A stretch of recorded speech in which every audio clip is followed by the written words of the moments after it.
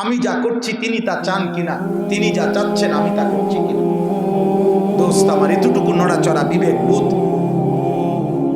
এই বিবেকের এই পার্থক্য শক্তি যদি না থাকে সে মানুষ না, আর যার মধ্যে থাকে সে মানুষ। আমাদের প্রত্যেকের কাছে অনুরোধ, আমি আপনি সবাই আমরা এটা বোঝা উচিত, আমার বিবেক, আমি মানুষ কিনা।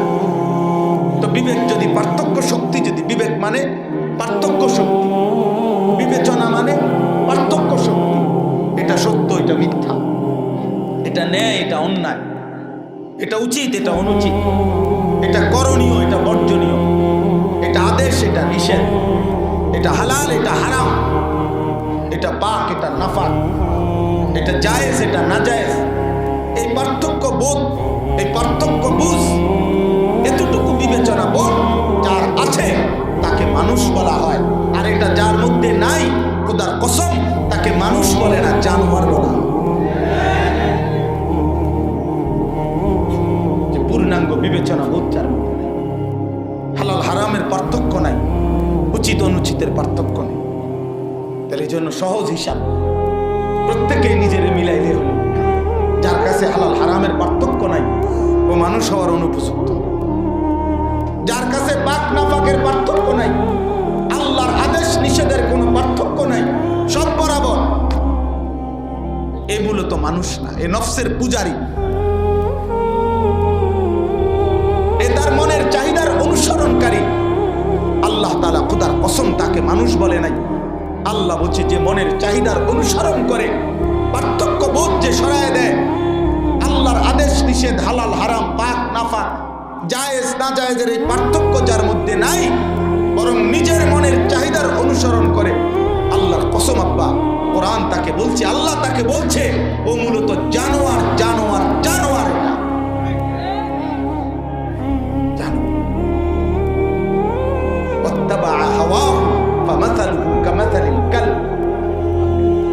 কোরআন শরীফের সূরা আরাফের আয়াত এটা। আল্লাহ বলছে মনের চাহিদার অনুসরণ করেছে, আল্লাহ বলছে তার উদাহরণ, তার দৃষ্টান্ত কামাথালিল কাল, কুত্তার মতো। কালব অর্থ কুত্তা, কুকুর। আপনি জিজ্ঞেস করেন এখানে হাজার হাজার শত শত তালে বেলে আছে, কালব অর্থ কুকুর।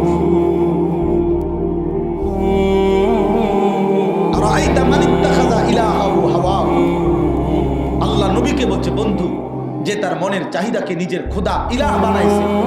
আমি আল্লাহর হালাল হারাম পাক নাফাকের বিধানের কোনো পার্থক্য নাই। আমি আল্লাহ বললাম, তার পরিচয় আমি আপনাকে বলছি, ইনহুম ইল্লা কাল আনআম, তাদের পরিচয় আর কিছুই নয়, শুধুই জানোয়ার। এই ইনহুম ইল্লা কাল আনআম নফি ইস্তিসনা, ইন ইনে নাফিয়া, ইল্লা ইস্তিসনা, নফি ইস্তিসনা হসর বুঝায়, মানে শুধুই তাকিদ, সীমাবদ্ধতা, অর্থাৎ তাদের পরিচয় আর কিছুই নয়, শুধুই জানো, শুধুই জানো।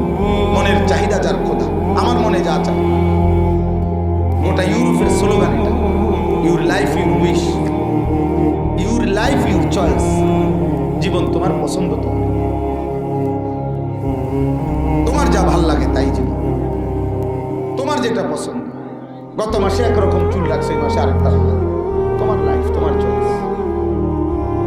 প্যান্ট তোমার চয়েস, তোমার শার্ট তোমার চয়েস, তোমার চুল তোমার চয়েস, তোমার শরীর তোমার চয়েস, তোমার রাত তোমার চয়েস, তোমার মোবাইল তোমার পছন্দ, তোমার স্বাস্থ্য তোমার পছন্দ, তুমি নষ্ট করবা না, শেষ করে নেবা। তুমি উলঙ্গ ছবি দেখে দেখে শেষ করে ফেলবা, হারাম বীর্যপাত করতে করতে শেষ করে ফেলবা। কার বলার কি আছে? তোমার শরীর। এই ছেলে, এই বেটা বেয়াদব, কাঁপ দিয়ে উঠলি কেন বেটা? মোবাইল ধরলি কেন বেটা? বাইরে বেটা, ফালতু কোথাকার। তোমার মতো একজন শ্রোতা না বসলে কি সমস্যা বেটা? আমি তো ভোটে দাঁড়াইছি না, আমি কোনো প্রার্থী না, আমার কোনো মার্কা নাই, অতএব আমি ব্যাপক লোক, কম না বেশি, আমি দিতে করুন কি? আল্লাহর কথা একজনকে বললেও সওয়াব হয়, হয় কি না বলেন? নেকি হয় কি না বলেন? তো আমার নেকি দরকার। 7 বছরের এক বাচ্চা এখানে ঢুকতেছি, মাদ্রাসায় পড়ুয়া বাচ্চা, সর্বোচ্চ বাচ্চাটার বয়স 7 বছর। ও ভিডিও করছে। যে জালেম তার হাতে মোবাইল দিছে, আমি বললাম এই হাজার মানুষের সামনে, যে বাচ্চাটার হাতে যে মোবাইলটা দিছে, এই বাচ্চার সবচেয়ে বড় দুশ্মন ওই জালেম। এই জালেম এই বাচ্চার হাতে, যদি বাপ হয় তুমি বাপ জালেম, আমি বলবো। তুমি যদি প্রতিবাদের হিম্মত থাকে নাও, আমি প্রমাণ করবো তুমি জালেম।